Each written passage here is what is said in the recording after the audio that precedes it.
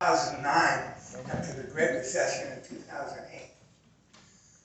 There was about 100 tents set up out behind the almond growers up to about Sutter's Landing.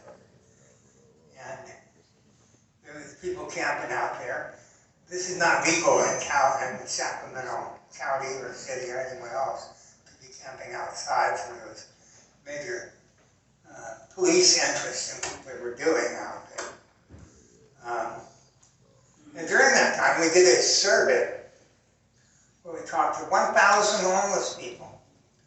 And we said, what is the worst part about being homeless? This is the last question on the survey. And 90% of them said police. It wasn't the things you would think, you know, the cold, the drugs, the problems that you see all over our society, really, not just among the homeless, but it's more exasperated because homeless people can't hide what they're doing. They're out in public. You don't have a door to hide behind. So anything that goes a little bit wrong is public knowledge. This doesn't seem quite fair either, but that's the way it is. So we decided to go ahead and say, what we really need here is a piece of safe ground, a place where people can go.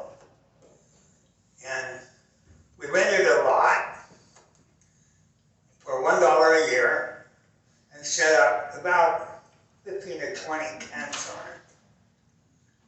We then got all arrested because we were outlaws now. Well, we got busted for reckless sleeping. They hauled us off to the pokey. Even the police were kind of sympathetic to us and they let us go right away. So we went right back to the same place where we got arrested. And then we got arrested again for reckless sleeping. So they let us go again and we came right back. And, you know, we're still telling them we don't have any place else to go. So, and we're trying to do something here that's trying to manage the chaos a little bit to make it a little more sane. We're trying to make a well-managed camp where we have some sanitation on it, where we have some kind of rules where we don't have drugs in it, and all of those kind of things. That, you know, because boy, people come out to the street and they're already having problems with depression and so on. And then somebody comes along with this little pile of white powder and says, here it is, it'll make you feel better. Now you got a whole new set of problems. And it's something that we were trying to keep out of it. A lot of the people that came into our camp were new to the streets. And if you can keep them from falling any deeper into homelessness, they have a much better chance of getting out. But when you fall into some of the intrinsic things that happen in homelessness, it's like falling in a deep hole. And you're trying to claw your way out, but the walls are too slippery to get a good grip. So we started Safe Ground. And Safe Ground advocates for the decriminalization of homelessness and the establishment of safe ground communities where those who are homeless may reside until they find housing. So we had another camp set up on the river. It was much bigger than the one where we kept getting arrested because nobody wanted to get arrested. And we did set up the camp in such a way that we had a few rules. You know, like we don't have fires building that's going to burn the forest down. We don't have violence. We're not going to have any drugs in these camps. And when we walk away from the camp, we're going to leave the river looking the same way we found it. We're not going to do any long-term damage. Now, we were still breaking the law, but when the rangers started to see that we were trying to do something to manage an unmanageable situation, they kind of cut us some slack and started looking the other way. Because they didn't want to waste their time busting people either. Neither did the police. I mean, all the time they were doing things, they were apologizing.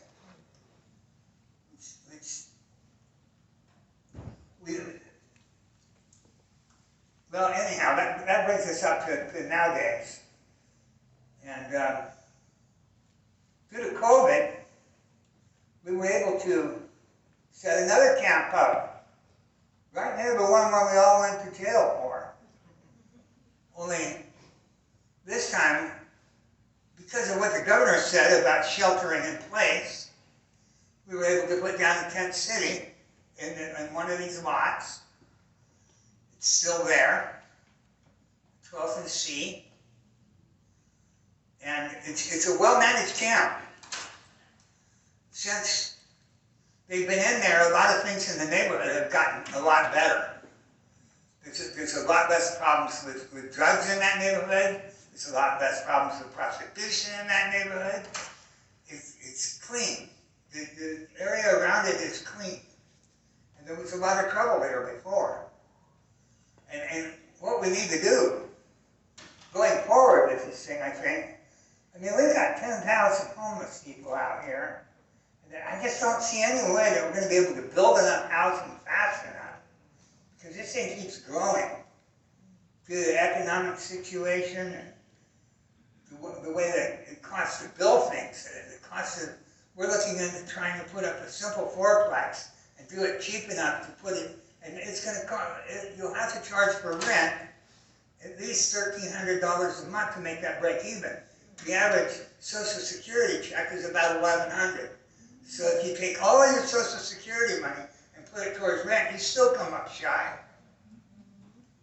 The only thing I can see that's going to work is to use tents until we can figure out a better way to do it. You know, that's another thing, getting into a place, they want first and last deposit.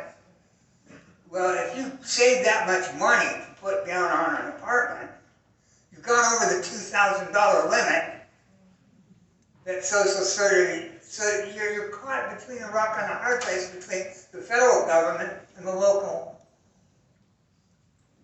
Some of this, oh really?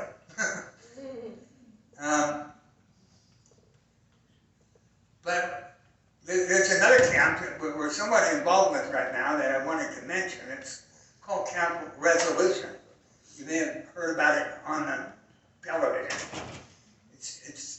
The objective there is to try to get a camp which is run by homeless people for homeless people. One of the biggest costs in trying to run any kind of a homeless shelter or camp is insecurity. And so the challenge is to create an in-house security system that people, because we're not dealing with little kids here that need to be babysat. These are adults. They need to be treated as adults. They're never going to be able to do adult things if they're not treated like adults. So this is the main idea of trying to get a self-run kind of camp. It takes responsibility to try to do that. And this is something which is essential towards finding your way out of homelessness. Before you can find your way out of homelessness, you have to believe you can get out of homelessness. And one of the first casualties of homelessness is self-image. You start looking in the mirror and saying, you know, who is that guy looking back at me? And when you get comfortable with looking at that, then maybe you can start to deal with the situation. And getting people into a place where they're stable and they don't have to worry about being arrested for every move that they make is very important. Because people are beating themselves up enough when they're homeless. They don't need somebody else to do it for them. You know, and police don't want to do that. Police got to be police because they wanted to go after real criminals, not people involved with reckless sleeping. It's just not that dangerous. You can't.